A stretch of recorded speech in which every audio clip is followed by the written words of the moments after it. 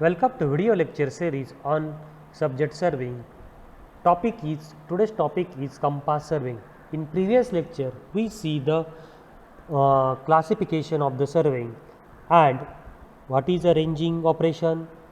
So, in today's lecture, we see the compass surveying. A compass surveying is an instrument which is used for measurement of the bearing. Okay, so you can see here. Here is the compass. So, it is fixed over the tripod stand. This is the tripod stand which is fixed over the compass.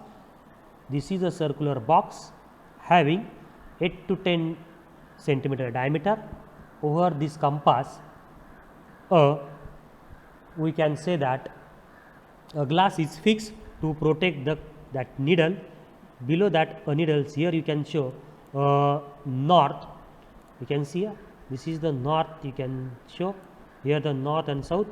So this compass is show the direction, or the compass is instrument to to show the direction. Okay, so coming toward the compass surveying, a chain surveying cannot be used when the area to be surveyed it is comparatively small and fairly flat, but when the area is large, undulated and crowded with the many details such as a triangulation, which is the principle of the survey, it is not possible at that such a area the traversing is used. So the compass surveying is the use where the small area or nearly flat area. Then principle of the compass surveying. The principle of the compass surveying is traversing, which involves a series of connected lines. The magnetic bearing of the lines are measured by prismatic compass, and the distance of the area measured by the chain. Such a survey does not require the formulation of network of triangles. Compass surveying is recommended when the area is large, undulated and crowded with many details. Compass surveying is not recommended for area where the local attraction is suspected due to the presence of magnetic substance like steel structure, iron, or deposits, electric cables conveying currents, and so on. So the compass is instrument. In that compass, a magnetic needle is suspended, but you remember that needles is due to area where the magnetic substance are present. The instrument is not used. Okay, where the magnetic substance are present in the ground. Then compass you have to use to measure the angles, but you remember that the angles is nothing but it is the angle between the north to the survey line, that is horizontal angles we called. Nothing but the angles which are measured to the north to the survey line. It is a horizontal. In horizontal plane we have to measure the horizontal angles. Then traversing. In traverse survey, the framework, or in case of the traversing, the framework consists of a number of connected lines. The length are measured by chain or tape, and it is direction measured by angles measuring the instrument. In one of the methods, the angles measuring instrument is the compass. Hence, the compass surveying direction of the survey line determined with a compass, and the length of the lines are measured by the tape or chain. Let us see for example, this is a survey over the area, a small survey. You can first draw the different points. Okay, so these are the you have to survey. Okay, so this area you have to survey. So from the starting point, first you show the direction. So direction you have to measure by the instrument compass. That is a compass instrument which shows the direction north, from the north to your survey line. So this is your starting point. You have to fix the compass here, this, and show the direction. So this is, for example, this is your north and to your survey line. So this is what I can draw a survey line. Okay, so from the north to this line, this is you have to measure the angles. So the north to the survey line, this is the horizontal angles you can measure in the compass. You remember that. Okay, so in compass surveying you have to use the traversing. There are two types of the traverse. First is the closed traverse, another is the open traverse. So let us consider for the small area. So this is the small area. Let us consider a small area. In case of the small area, this is the area for the, you can survey the. So first starting point, these are the different points over that area. So starting point and finish. For example, let us, you have to given the name A, this is B point, this is C point, D point, E point, this is F point. Okay, so all these points you have to, all these points, last point and first points are joined. So this is called as closed traverse. For example, I given the hills or pond, a small pond, you can survey that last point and first point, but it is not possible to the survey of the roads. For example, if this is the road, if I can draw a road, let us consider this is the road. In case of the road, it is not possible starting point and this is the your starting point, this is your end point. Okay, in starting point and end points are not coincide. So at that condition, this is a closed traverse. So open traverse is, example is hill or pond. In case of in open traverse, example are roads. In case of the closed traverse, example are hill or it is a pond. Okay. Then types of compass and use. A compass is a small instrument which essentially consists of a magnetic needles, a graduated circle with the and line of sight.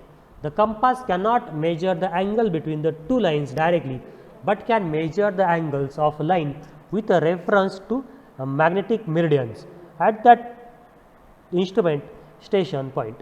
It's called as magnetic bearing of line. Nothing but if you measure the angle between the north to the survey line.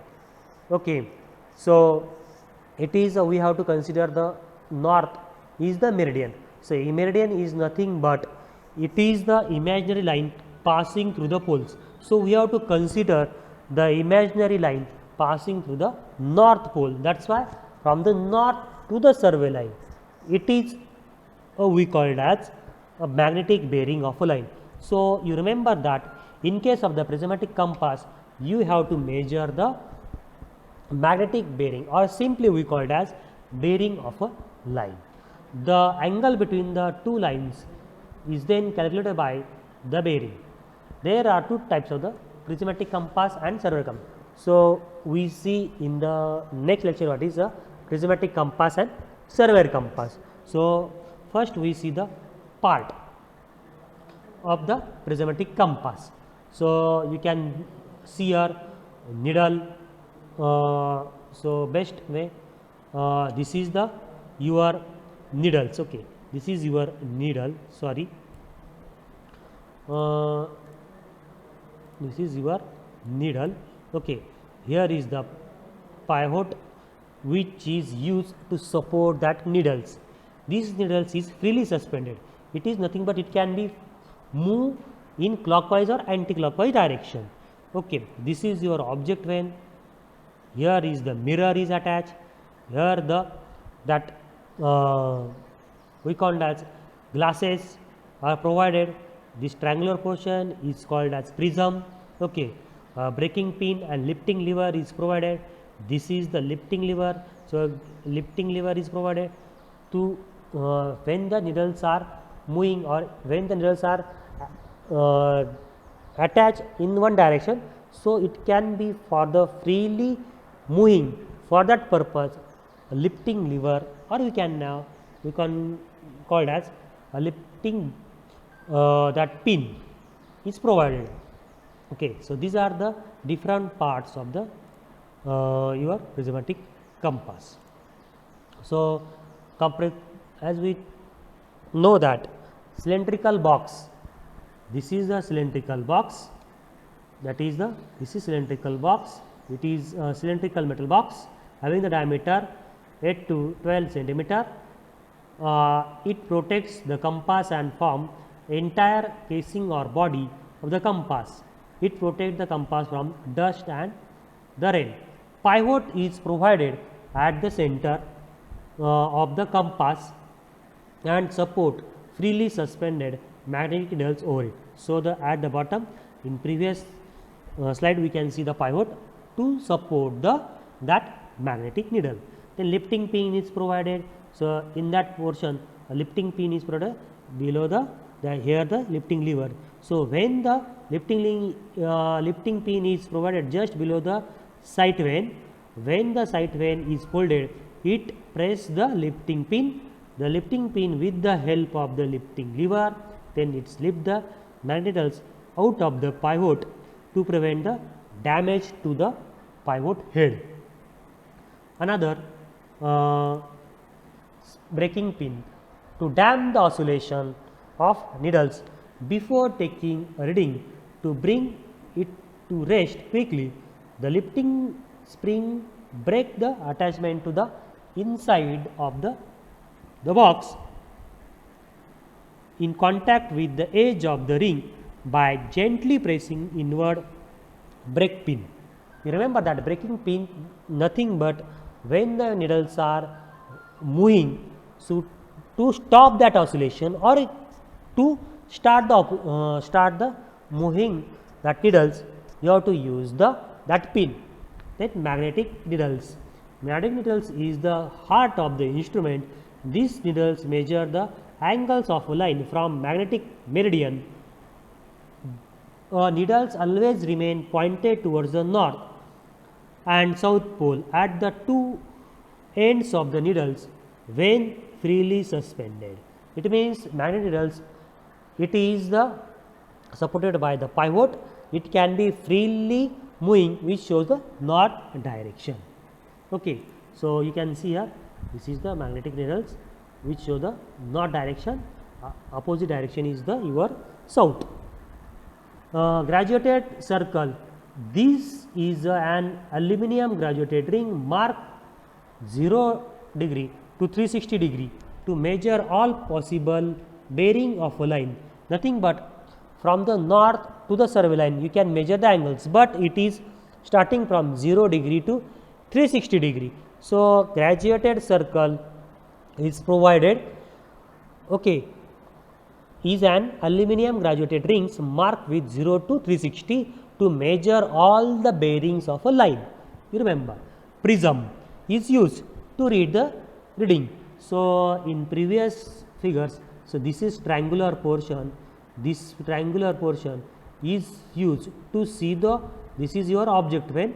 So to direct, when you bisect your object, for example this is your object, from this position you can see and measure the ring. So from this is, for example this is your north to this is, for example this is your survey line. So the angle, these angles is your horizontal angles. So you can see from this prism, you remember that. Okay, so just I rough it. Then materials, okay, so graduated rings prism. Okay, then object vein is diagrammatically opposite to the prism and the eyepiece. So it is, this is the let us, this is your object vane. Bisect your object, and here the object vane is carrying a horsehair or the black thin wire to side the your object. So, this is your horsehair, you can see here this is horsehair. Eye vane is the line fine slit provided with the eye hole at the bottom to bisect the object from the slit and to take the readings simultaneously from the eye hole. This eye vane is provided with the prism and can lifted up and down by the stud to bisect the object of higher level. Glass cover is provided top. In sunglasses, these are used when some luminous objects are to be bisected. These are placed in front of the eye slit and in a bunch of 3 or 4 shades of the different color. It may be red, it may be we can add green colors. Okay, so different colors. Then working of the prismatic compass. When the needle of the prismatic compass is suspended freely, it always point toward the north. Therefore, all the angles measured with the prismatic compass are with respect to the north. So, from the north to your object, you can measure the angles, that is horizontal angles, okay, and you have to measure from the prism is provided here, directly measure the angle. So, you can see from this circular box. Okay. Then fixing temporary adjustment of the prismatic compass. So, the temporary adjustment of the prismatic compass, first you have to fix the compass over the tripod stand, center the compass, nothing but the prismatic compass is center over the survey station correctly by means of the plumb bob or just dropping the pebbles from the center of the instrument. Leveling the compass is quickly leveled by a ball and socket arrangement by the eye judgment. Then sighting the object is sighted with the help of the eye vane or object vane. Another is observation of the bearing. So, after the sighting the object correctly, the bearings of the survey lines are noted through the prism at which the line of sight and the object cuts the image of a graduation on the diode. Then difference between surveyor compass and prismatic compass. In surveyor compass, the needles of edge or bar type are also act as index. Here the needles is broad needles type, but does not act as the index. The graduated rings attached to the box, not to the needles. The graduated rings attached with the needles. Here surveyor compass, you have to measure the graduation only the quadrilateral system, that is having 0 degree to 90 degree, nothing but you have to measure the bearing into the quadrant in case of the surveyor compass, and maximum readings in the quadrant is 90 degree. Here in case of the prismatic compass, you have to measure the bearing is whole circle bearings and the readings it is in between 0 to 360. Then in case of the surveyor compass, the readings are taken directly be seeing through the top of the glass. The readings are taken with the help of prism provided at the eye slit. Here sighting the readings cannot be done simultaneously from one position to observer.